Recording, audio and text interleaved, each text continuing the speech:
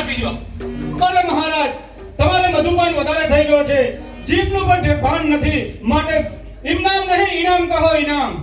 હા પ્રધાનજી, ઇનામ આપી દો. જી મહારાજ.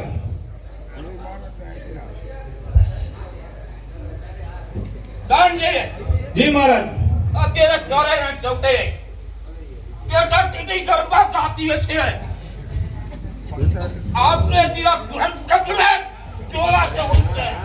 અરે મહારાજ તમારે મધુપાન વધારે થઈ ગયો છે જીભનું પણ હાથ નથી અને તમારા પગના પણ ઠેકાણા નથી માટે બેટા બેટી કહો ટેટા ટેટી નહીં અને અત્યારે ગરબા જોવા ન જવાય. પ્રધાનજી, હા મહારાજ.